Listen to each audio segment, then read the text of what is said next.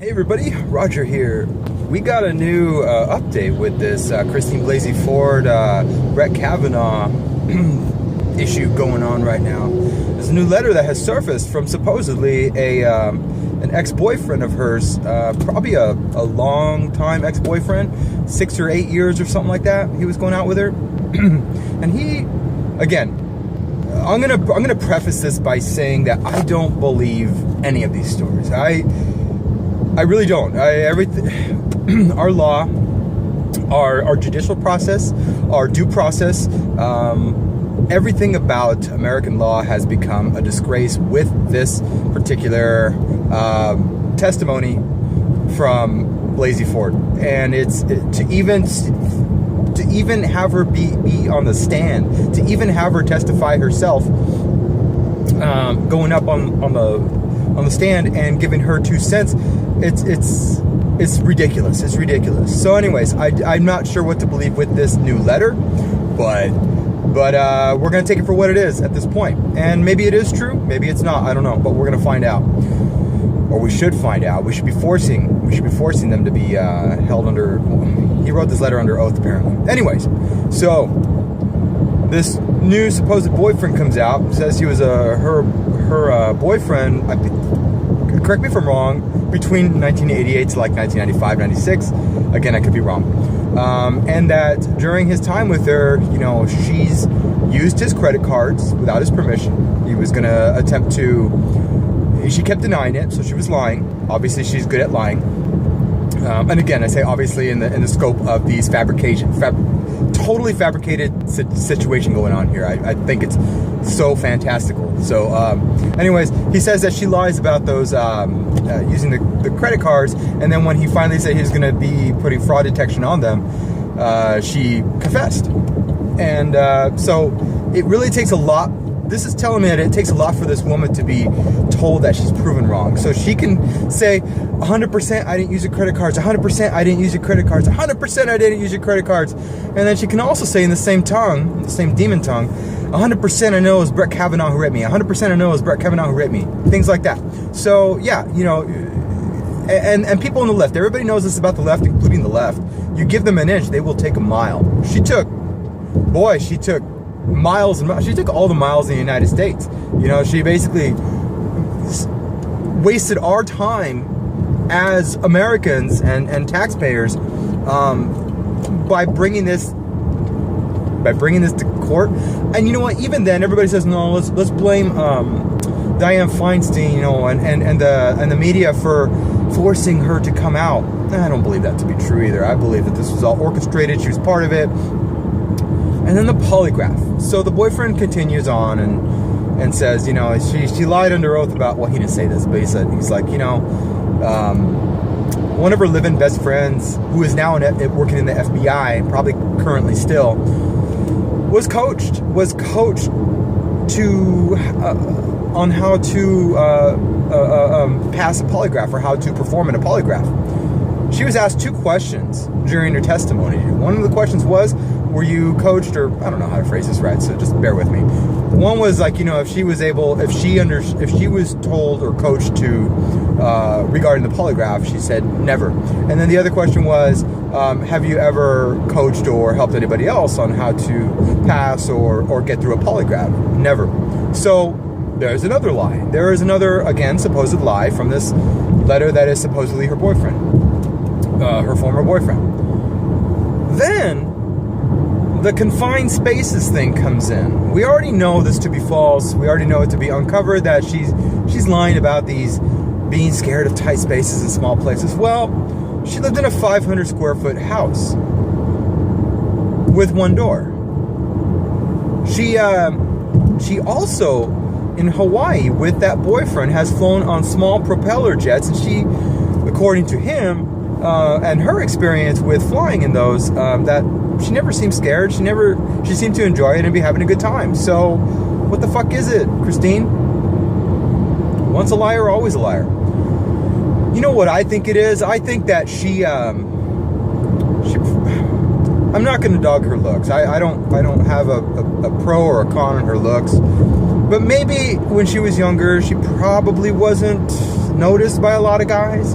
and maybe she wanted attention, and she held this resentment in for a long time, and she knew names. Maybe she just knew names, and she remembered these names, and then as maybe she was a hermit. I don't know. This is what I'm gathering here. I'm just kind of building this up.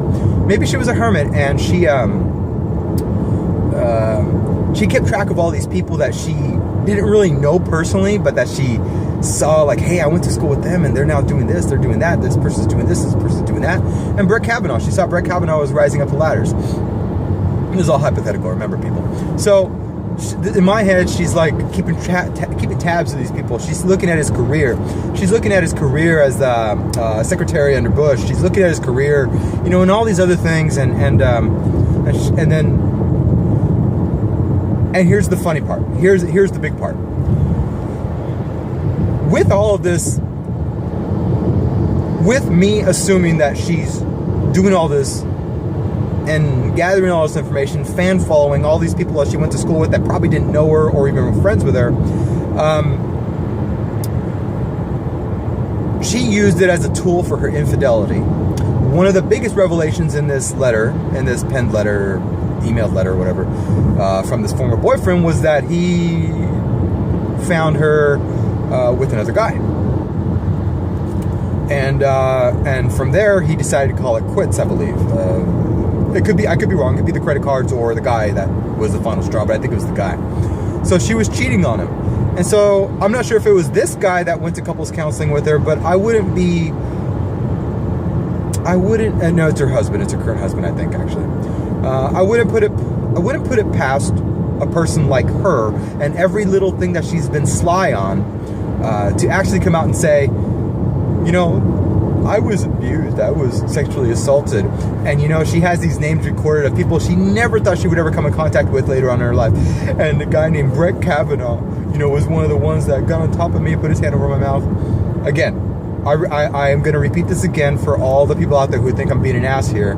If it turns out, if evidence, not I believe like you guys, if evidence turns out and shows, or comes out and shows that she was actually raped by these guys, then yeah, I'll feel sorry for her. And we all deserve to get none of us deserve to be ridiculed for what we assumed to be false, because you guys never brought in front evidence in testimony. Brought any evidence to testimony. All you did was just bring in accusations and stories.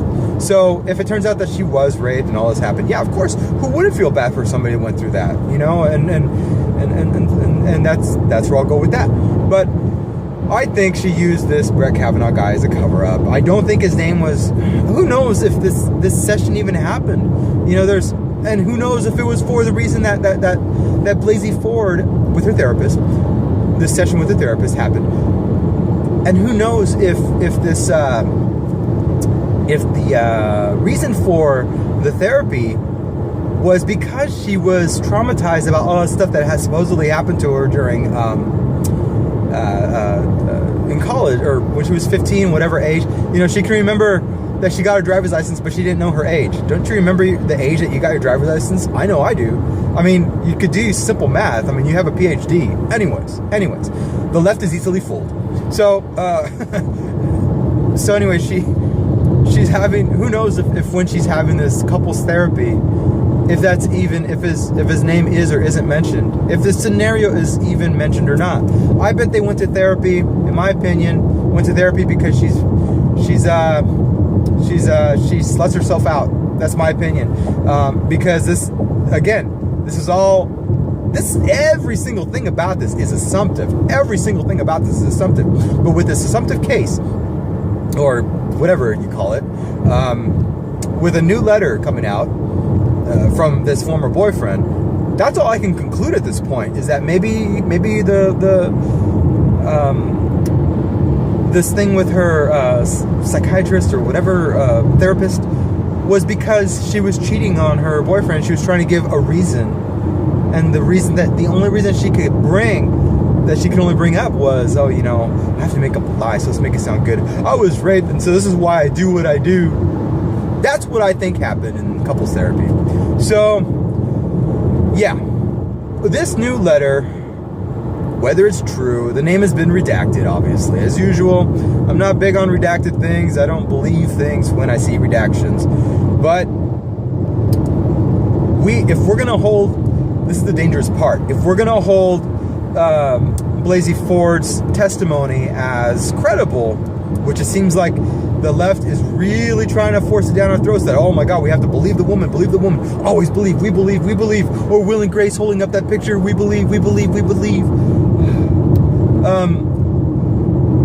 If we're expected to bring that kind of crap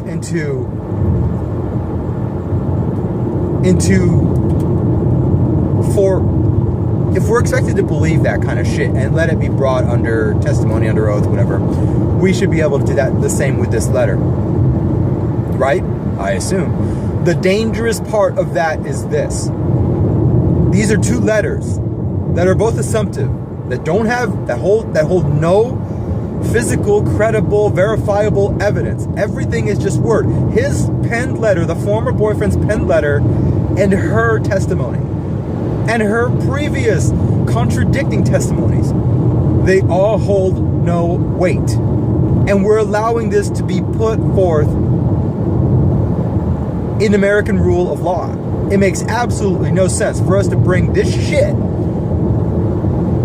into our law.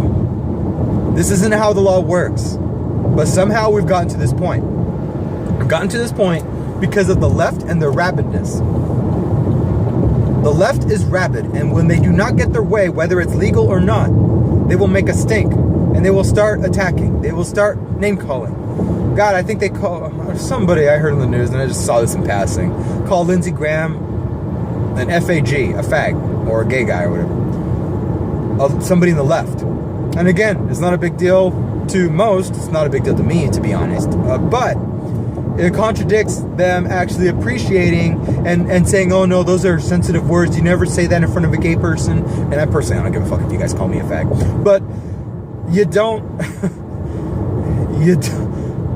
the left is always contradicting itself. It says that you have to be nice to people. You have to not name call. You have to not say those certain names. You have to put everybody by their pronouns, whatever. We're already starting to see that you guys are falling apart.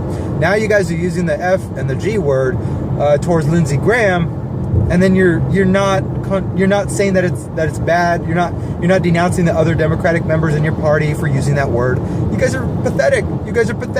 This is why nobody is taking you seriously. The only people that take you seriously are people that don't follow this shit. And you know what? That number is growing. More and more people are following this shit, and they're seeing through your bullshit. So, in conclusion with all of this, you guys want to go ahead and believe, we believe. Put your stupid little signs that say we believe, Miss Blasey Ford, whatever. Be a fucking idiot. Be somebody who falls for shit so easily. Be that person. We're starting to see everything that she says unraveling right before our eyes with some other accusatory, possibly fake information. Again, so is hers. I'm putting them both to the same level here, the ex-boyfriend and hers. So take it as you may. I think all this is going to do, this is my final thing on this. Blasey Ford needs to, sorry guys, give me 1 second here. Just want to make sure I don't. There was a cop car there. Nobody was letting me in. So, anyways, I didn't want to be in his way. So my last thing on here with this is this. I want to see her go to prison. If anything that she says under oath here, if anything has been uncovered, she should be going to prison. She should be going to prison and set as an example, so that way the Democrats stop having these fucking posing tools come in and be used against us Americans and holding us back more, holding us back. I mean, there's so many things that could have been done so already, but all we have from the Democrats, and this happened with Obama as well, which is why Obama lazily went to executive order for a lot of stuff, which is, again, a lot of it was turned over with Trump. this is why we need to set these people as examples. They need to be, once, if she ends up going to prison or being sentenced or something like that, it's going to be a victory for us. Less and less people are going to be risking their, my word, you know, all of these victims. Nobody's going to be playing victim anymore. They're going to think twice about it. Let's start using our law the way it's supposed to be. Just like we're not using our law to enforce our borders, we need to start doing it here now. That way people stop doing or lessens the impact, the number of people actually doing these things. Those are my thoughts. What are you guys' thoughts? Leave them in the comments below. Like, hate, share, subscribe. Peace out.